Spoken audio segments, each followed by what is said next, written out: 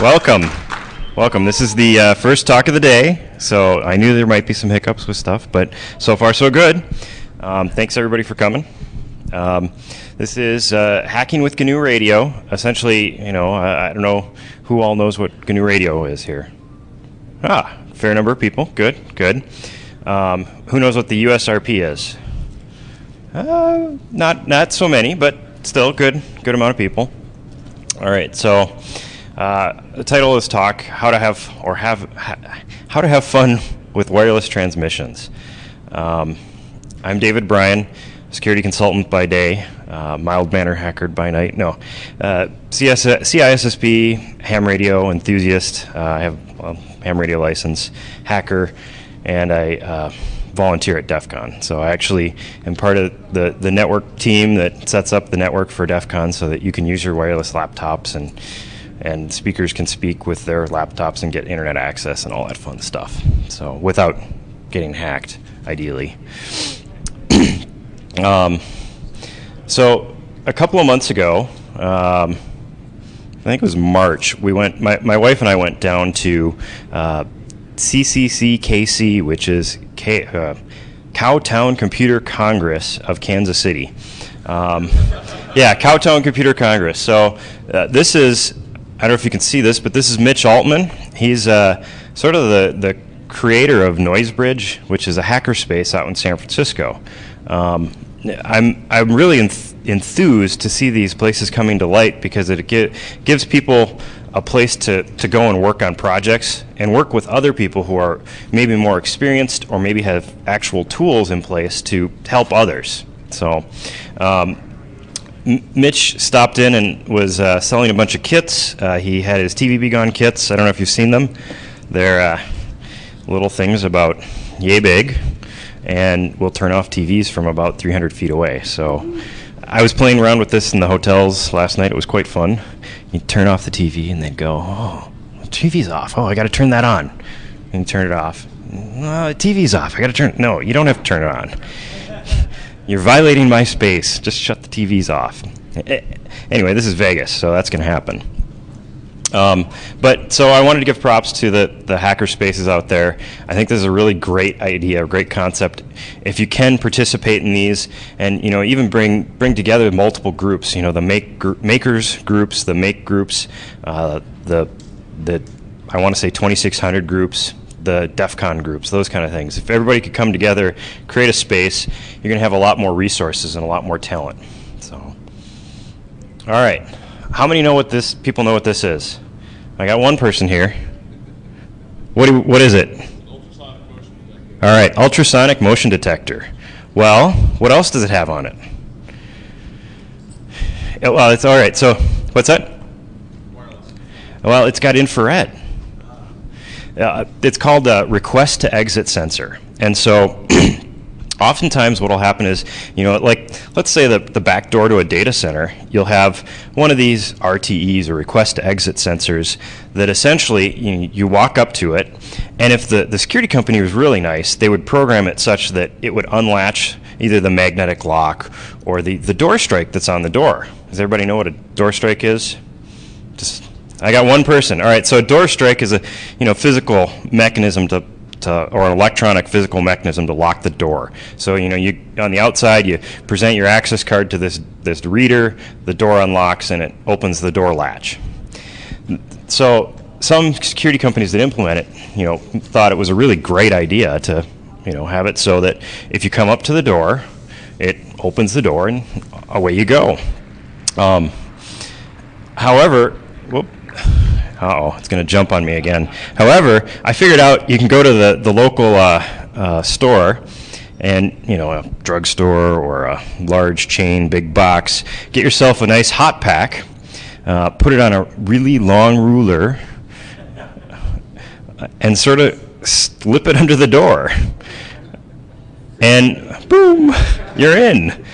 So I guess some countermeasures would be mind the gap. Don't have a really big gap, although I haven't done it yet, but there's also hand warmers. I come from northern Minnesota, or from Minnesota, the north, where it's cold, and we use hand warmers in our gloves and our boots so that we don't freeze our butts off and have frostbite.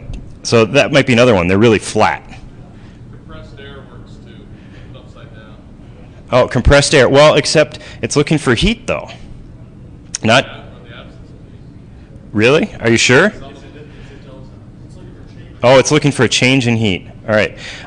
Well, so I'll have to test that. So compressed air would be like the freon or the propellant that would send it a change. But it's looking for a change in temperature, but it's also looking for motion. So the big deal that I have heard, as sort of a story for a long time was, oh, well, you take a Mylar balloon, you fill it with helium, you shove it under, fill it with helium, and it floats up and boom, it opens the door. Well, that doesn't really work because I took a balloon, went out to the local big box store, got a rubber hose, got a bunch of balloons, got some tin foil, got all sorts of materials, and started hacking away at, all right, can I get into this door with this? Nope. Can I get into the door with this? Nope. Oh, hey, look, can I get into the door with this? Yes, the hot pack. So, and it kind of came to me as I was, exiting the door. This is more authorized pen test, I guess, rather than a black boxed pen test. But essentially, you walk up to it, and if your hand's moving, I had long sleeves on. Your hand's moving. It sees that little bit of heat and that little bit of movement. Boom, the door opens. So, anyway, any questions on that one? I see one way back there. I can't hear you. Yeah, thin foil heating elements. All right, so the other thing I thought about was, what is it, now I'm totally blanking on it. But essentially, where you've got one side that's hot, one side that's cold. Peltier, yeah. Except you might burn it out, because you have to have a heat sink on the other side in order to get it to turn on. But, maybe if you're trying to get in, you just run it 3 seconds at a time. It's not going to burn it out. All right. Crash bar, push to exit. So that, if you actually are going to exit, you push a button instead of doing that. All right. Now on to the main topic. I do have a 2-hour slot here, so if people want me to talk faster, that's fine. I'll probably go for about an hour, hour and a half. The original talk is slated for more than an hour. But all right, what is GNU Radio? So, talk about what is GNU Radio, what you need, some of the requirements, some of the cost behind the hardware. So GNU Radio is software for the most part. It's an FPGA that sits on a board that has a bunch of, 8 digital or 4 digital analog, 4 analog to digital converters. Essentially it runs Python. Python is good because it's compiled bytecode, at least before it runs. And it uses software. So does anyone have any questions on Python? No? All right. Python's good. Makes you code properly so that you can read it when you're done. Anyway. All right, so this is the USRP version 1. This is what I have sitting up front here. It's a lower bandwidth wireless radio tool, but it works. Some of the daughter boards, this is actually a picture of the main board. As you can see, it's got a transmit and receive side and an A and a B side. Essentially, the daughter boards plug in on A or B, and then on transmit or receive. So, and here's a look at the top side of some of the boards. So, let's see, we've got the Flex 2400, which is a 2.4 gigahertz wireless. And we've got, what's that one down there? It's the 800 to 2400 receive board, and then a basic RX, basic to receive board. I just have the 2.4 gigahertz and 900 megahertz, or 800 to 1 gig board, because it'll do transmission. All right, so how can I use it? Well, you get the hardware, USRP. I would highly recommend installing Ubuntu. I'm not going to go off onto OS wars. However, there are packages that work for Ubuntu, so you can install Ubuntu, install the the dependencies and get the stuff up and running in about an hour. I tried for several days to get it to work on, what was it, Fedora and CentOS. It was just dependency hell. I mean, several days of working at it an hour at a time and doing other work and coming back and working at it. Finally, I gave up and said, all right, I'm just going to install Ubuntu, and essentially, like I said, there's a package tree in there for the dependencies. It just goes out, grabs everything, you download the stuff or pull it out of Subversion. Does everybody know what Subversion is here? So Subversion is basically a source tracking tool. Allows you to check code in, check code out, and most Subversion repositories have an anonymous feed, so you can go to the Subversion repository, pull out the latest and greatest code, which is more than likely going to work properly, and then compile it from there. The biggest part is getting all the dependencies in so you can compile the GNU Radio software. All right.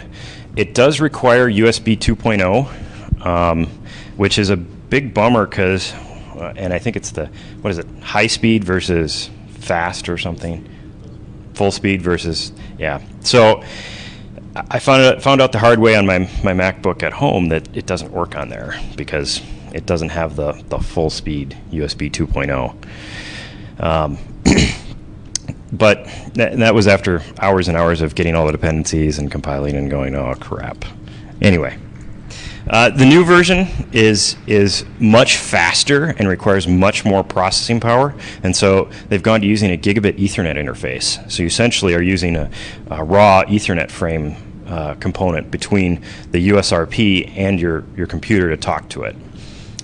Makes it so you can do a lot more bandwidth.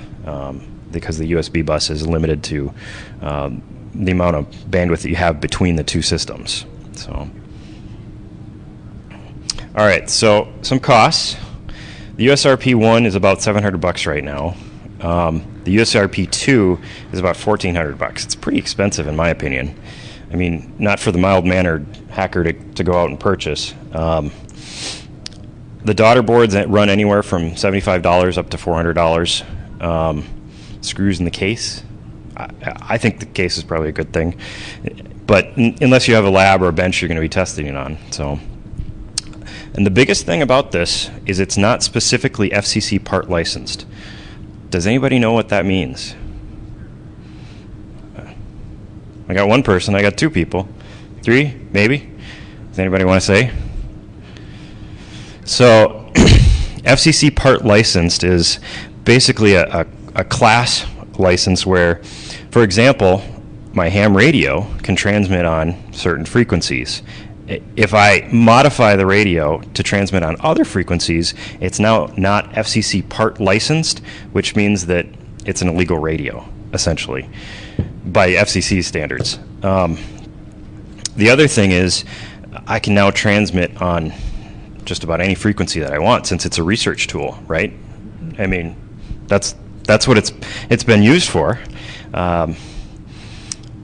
and because of that, you can own your neighborhood network, SCADA, priceless, right? Anyway, I guess the concept is that because it's not part licensed or part typed, you can actually have it transmit on frequencies that you wouldn't normally be able to, which we'll sort of talk about in a little bit here. Does anybody have any questions on the cost or the hardware?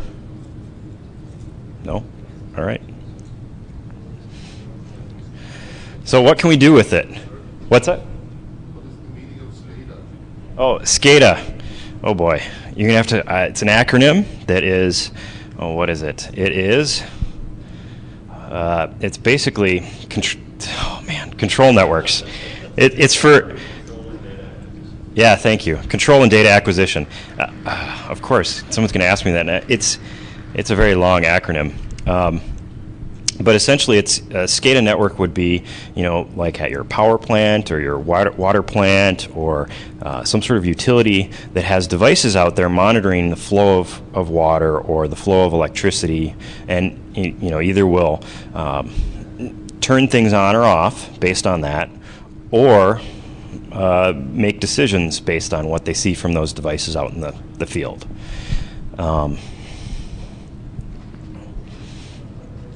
All right. So some wireless attacks that you can perform or that people have performed with GNU Radio.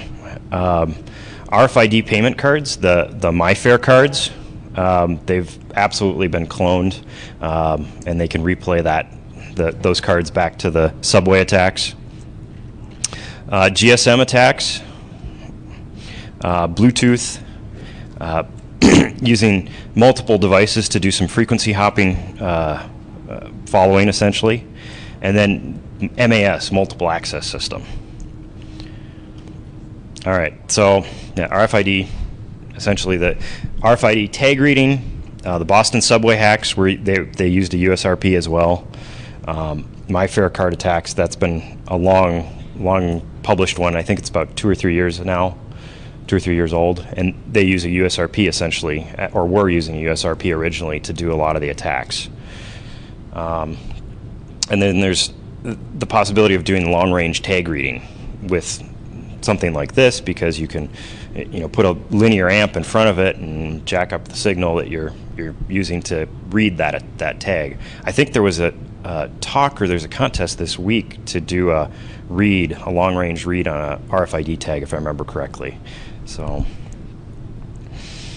all right, there's GSM attacks, A5 cracking. A5 is the encryption algorithm, or the older encryption algorithm that has been used in GSM. A lot of companies have upgraded to, I think, the next standard, which isn't as easy to break, but that was the old standard. The other thing you can do is you can create your own microcell. So essentially, if you wanted to route all cell phone traffic through you, set it up.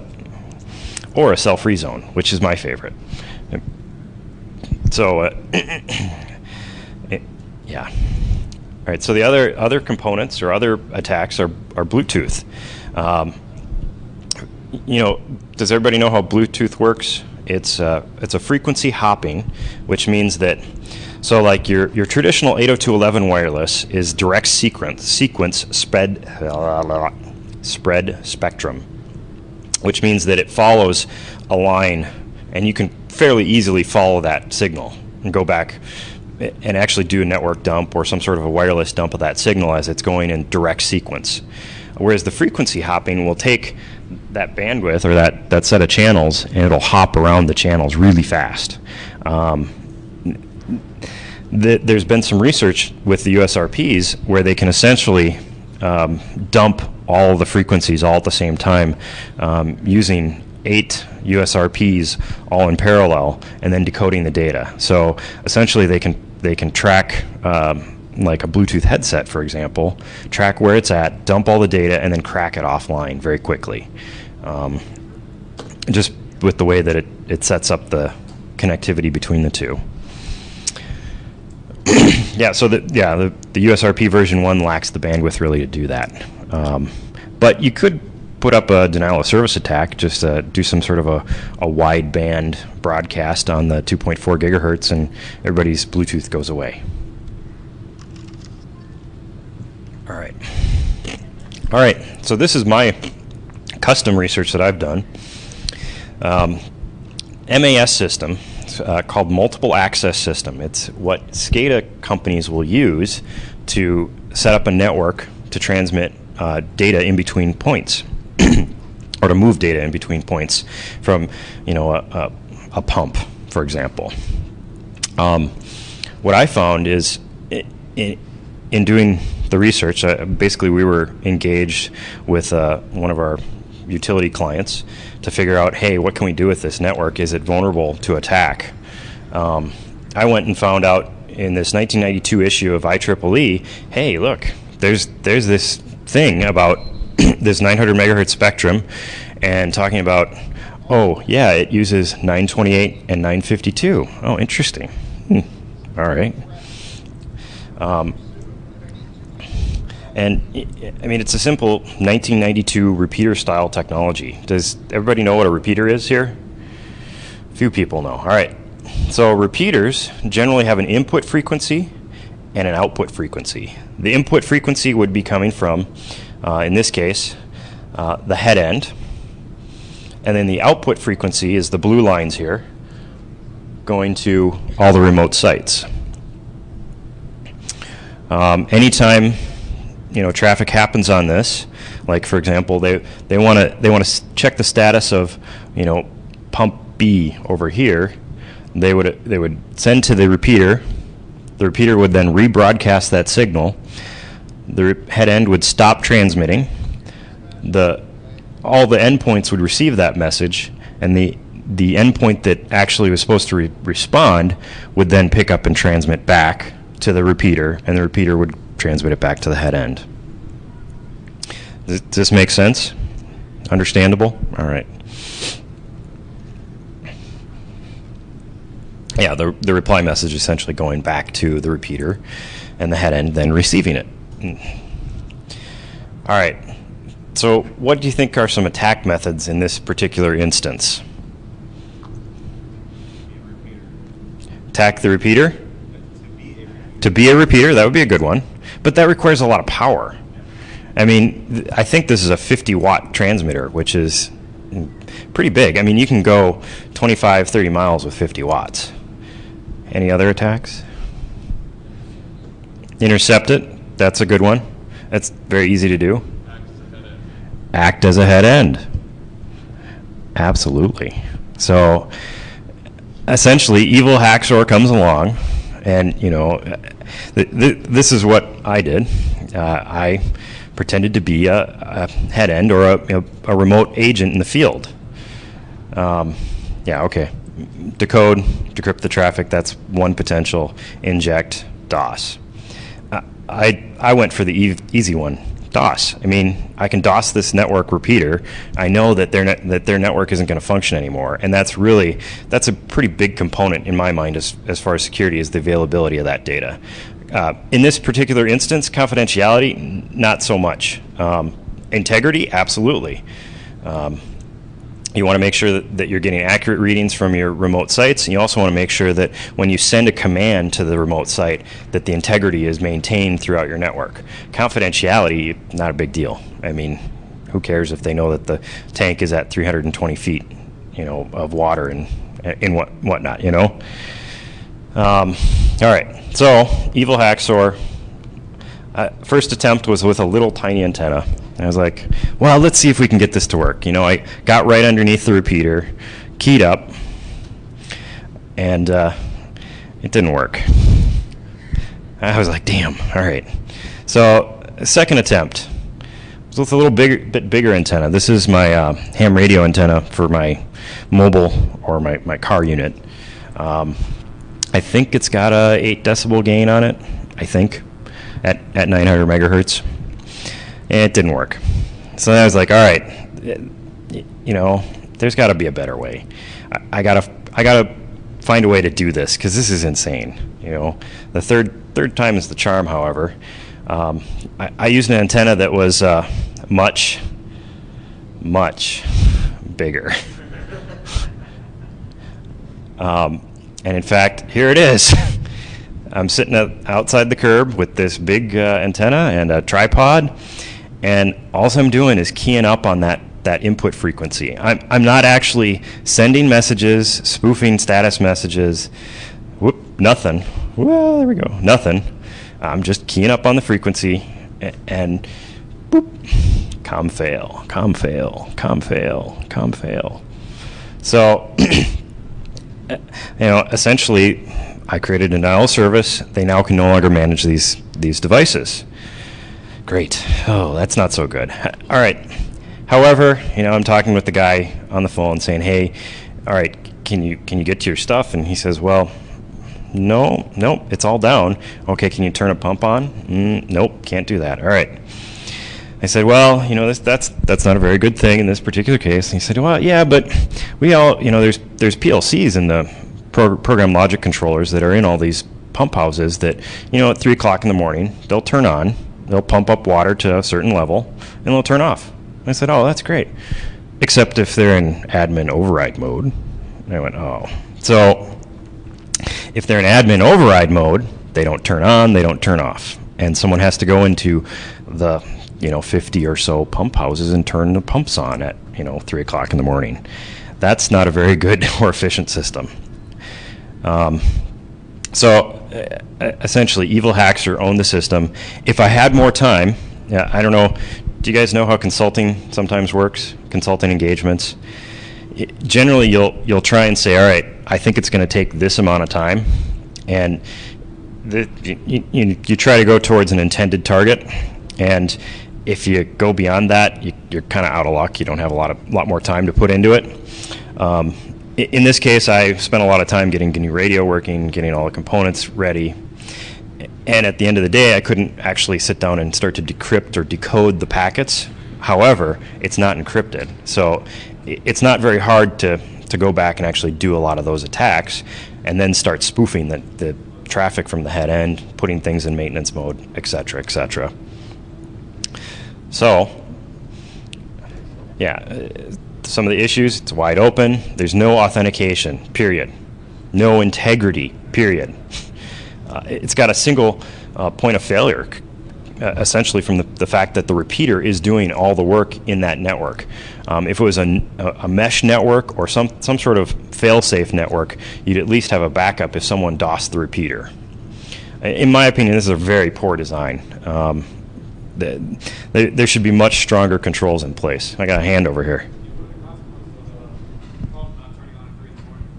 All right, so what are the consequences of a pump not turning on at 3 in the morning? You don't have water, or you run out of water halfway through. So it's a denial of service of the network could create a denial of service of the utilities, which could create an outage for people, and depending on if it were a multi-threat attack, it might cause some unrest to the community. Another question.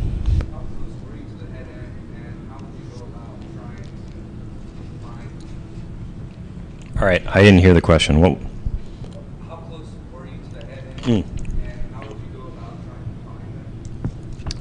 Oh boy, so that's another question. All right, the question is, how close was I to the head end, and how would you go about finding these head ends? Well, so I was very close to the head end, within about a block. How would I go about finding them? Well, the FCC has this wonderful database. Has anyone ever heard of ULS, Universal Licensing System? Yeah, so essentially, you can go to ULS. I think you can enter in GPS coordinates, lat long, and it'll show you what the transmitters are around you. I mean, as any typical radio engineer would need to know this stuff so that they could figure out why their signal's being impeded on, right? Or you could just go look for the name of the company, because generally if in this particular case, they licensed the spectrum for 10 years, and it's going to be under their name, and then in that ULS thing, they're going to have lat-long coordinates. That's something I didn't include in the talk here, but I did that as well. I was like, oh, look, this is all public. Yee. I don't know that I want everybody to be able to find these transmitters and, knock them down, essentially. So... All right, so some MAS or multiple access system radio fixes, use encryption on top of it, or use some sort of hashing mechanism that you now know that there's some sort of integrity check between the endpoints.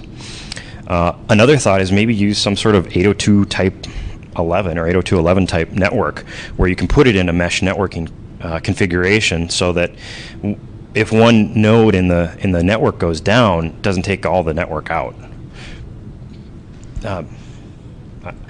Self-healing networks. I don't know. Maybe not self-healing, but at least have some redundancy in the path. A lot of times, if you've got a tower, you generally could have 2 or 3 points to hit between different towers. Excuse me. All right. Also use out-of-band management for some of these so that you're not managing this stuff in-band. In-band would be inside the network. All right, so I think now we're going to do a little demo. And hopefully it works and doesn't crash. I don't think it will, but... Does anybody have any questions about stuff so far? No? All right.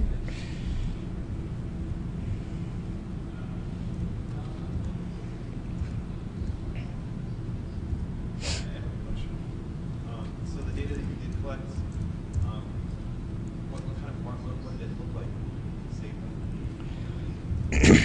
So the data that I did collect, well, really I was looking at the spectrum. I didn't I didn't actually get a protocol block decoder and dump the data to disk yet.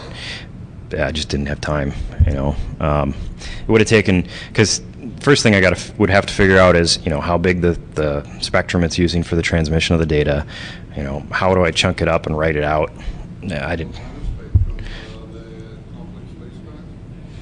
It's that 928, 952 frequency. Yeah, and I don't think it was very wide. What's that? Oh, I don't know. Yeah, I didn't go that far into it.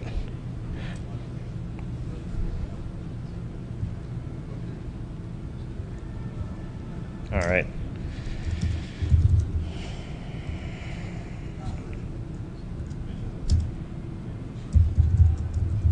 Nobody's got a laser beam pointed at my computer, right?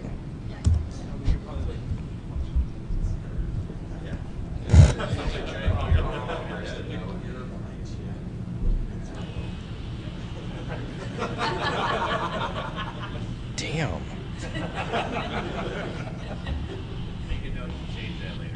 Yeah, I think so. All right. So this is essentially the attack. I use this tool, which is a push-to-talk tool. Let's see. So we'll see if the audio actually comes through. I don't think it will, but. Woo.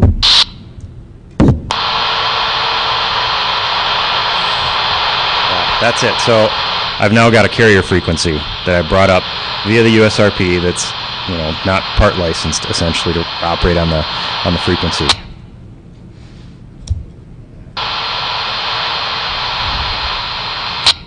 So that's it. That was it. It's so simple to break the system because there's no coded tone squelch or PL tone or digital coded squelch. None of that stuff. It's just input frequency, transmit out.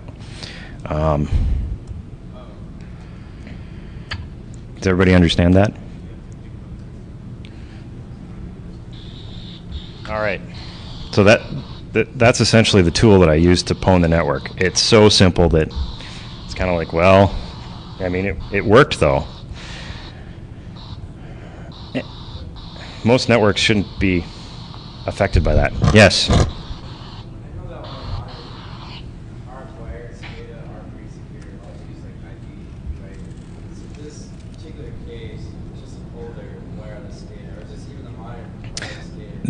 This is 1996, 98 implementation of SCADA, wireless SCADA. So, yeah, a lot of the ones that are, well, I don't want to say everything's easy or more secure.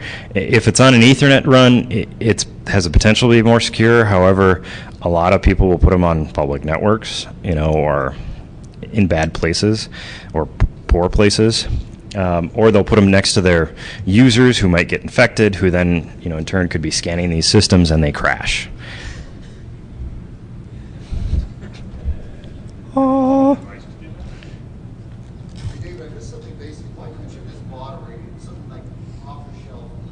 So you can't buy an off-the-shelf radio to transmit on these frequencies because it's part licensed. So I would have to go buy an MAS radio in order to transmit on those frequencies, because those frequencies are licensed specifically for each product, essentially. So because this product is not FCC part licensed, I can transmit on any frequency. And so the FCC will only license radios for certain spectrums and certain frequencies. This is the dumb part of it. Why couldn't you have bought a part licensed radio and changed half the frequency? Generally, you probably could. It depends on the radio, though. It probably wouldn't do it in that spectrum. Most of the radios are actually locked in software somewhere as to what frequencies you can actually transmit on. Some of the reprogrammable ones, you might be able to do it, but in this case, I don't think you would be able to, since it's a closed spectrum or licensed spectrum. Saw another hand over here. No. All right, now let's go on to the next sort of thing here. Did that attack? What OS were you using? What software? Ubuntu? Ubuntu? Yeah. I just saw it was different laptops. No, it's this laptop. Oh. Yeah, it is actually this laptop. So, all right. So now the next thing I have is sort of if you had a bug in your house, how would you find it, right? And we'll kind of show you here.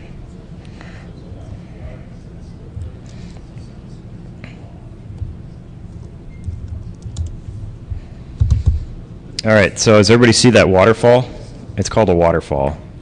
Essentially, it's showing an oscilloscope for all intents and purposes. Has anyone ever used YSpy? Little YSpy tool? I see a couple people. So YSpy is really neat spectrum analyzer. It used to be 99 bucks. Now it's 350 or something, I think, for the Pro. But it's kind of a cool tool, similar to this. Only this we can operate on multiple frequencies. All right, so I brought a little camera along with me. A little wireless camera, yay big. We'll take and we'll plug it in. Does anybody notice a difference? So I can actually. I'll show you that here in a second. Sort of. Yeah, someone hasn't written the H-Sync V-Sync for it, but I'll show you. Or they haven't checked it into CVS or a Subversion, which is kind of a bummer. But so now you could take like a directional antenna. I've got a couple of handmade directional antennas up here. If you want to see them, that's great. I've got a biquad antenna and a dipole. They're actually tuned for the 2.4 gigahertz frequency, but they'll pick up other stuff. Obviously, not so great, but at least it'll be somewhat directional. What's that? No. The camera's not MPEG. It's just transmitting raw video and raw audio right now. But as you can see, it's a wideband application. It's using a boatload of bandwidth in the frequency. You put it on like 850 megahertz, and then we'll walk up there with the cell phone and send a text message. Oh yeah. I mean that actually. Yeah, I can actually. Try that later. All right, we could do that. 850 megahertz. I'm willing to play with this if people want to look at spectrums while we're here. Absolutely. All right, so we could also look at, let's see, the 2.4 gigahertz spectrum. Here, I'll show you that in a sec.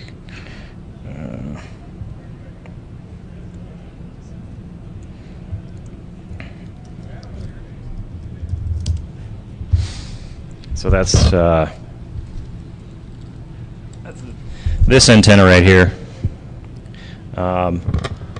I don't see, where's Louise, where are the access points in here? Oh, there's one over there. All right, so it should pop up with some, there's one over there. All right.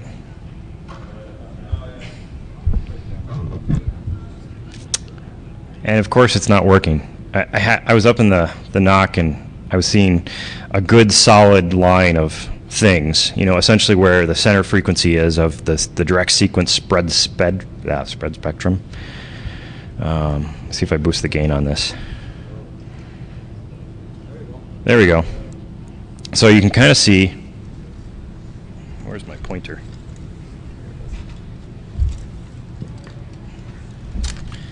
You can kind of see there's one line developing right here. So that means that we got an AP probably on channel 8. I'm assuming, since I just took the 2.4 gigahertz frequency and centered it on there.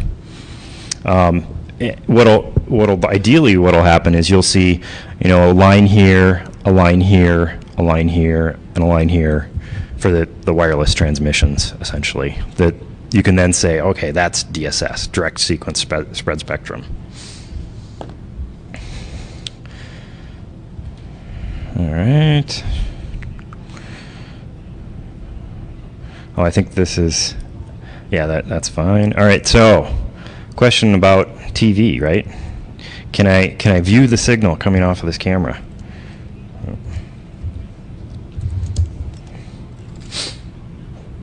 So, like I said, there's no horizontal and vertical sync checked into the archive, but it's the camera. It's just out of sync. So if I wave my hand in front of it, you can kind of see. Yeah, it's like scrambled porn. Wow, chicka wow wow. So, but that's it. What daughter board are you using for the TV? So the TV question was, what daughter board am I using for the TV? This is just the 900 megahertz one. So essentially, if you've got cameras that are in 900 megahertz or 2.4 gigahertz, you should be able to pick it up with this. Now, if someone checks in the code block to be able to do the horizontal and vertical sync, this would show up nice and pretty. I worked on this Sunday for a couple hours going, well, why isn't this syncing? Why can I not see the sync? Oh, because the block isn't there. You know, I actually put it into the Python code and ran the script, and it said, hey, this block hasn't been checked into CVS yet. Like, anyway. So, but at least it gives you an idea of what something would look like when it's transmitting, specifically a 900 megahertz video camera, and then the fact that you could pick up on it. I mean, absolutely pick up on it. Yeah. So, all right. The other thing you could do is you could do, audio pickups.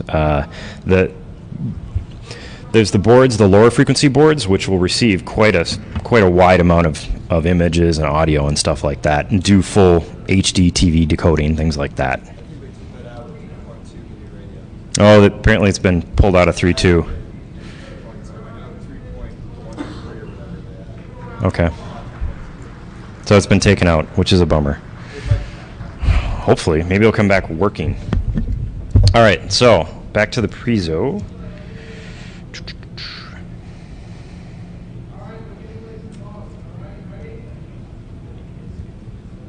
Oh, come on.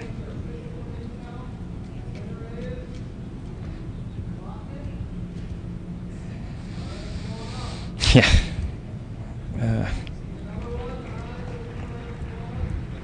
Can I do shift F5?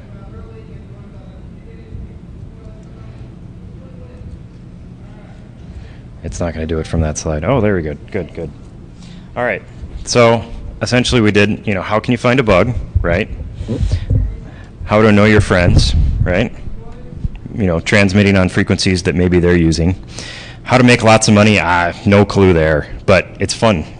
It's fun to do this stuff. So one thing I want to say is, how can I contribute? Definitely, go out and pursue hackerspace, makerspace, some of the DEFCON groups. I don't know if people know about DEFCON groups. My wife and I run the DC 612 group in Minneapolis. Essentially, it's a place for people to get together who are like-minded, who would come to this type of conference, talk about things, and do things. I think there's talk about doing things like the darknet. I don't know, do people know what darknet is here? I got one person, two people. All right, so darknet is a place where people can sort of join in on the network and hack away at each other without having to worry about either being seen or being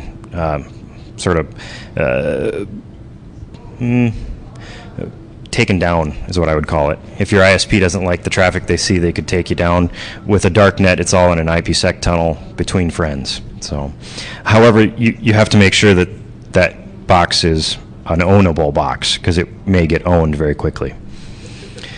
The other thing is post. So if you make code, post the code back to the archive. I think that's the biggest thing, is the contributors from the community that make this software good. And I want to see more people playing with it, so that it'll drive some of the hardware costs down. I think the hardware for the USRP is very expensive, in my opinion. I think it should be a sub $500 product, and then we might see more people playing with it and doing cool things. And then, of course, have fun with it, because if you don't have fun with it, what's the point? So, all right.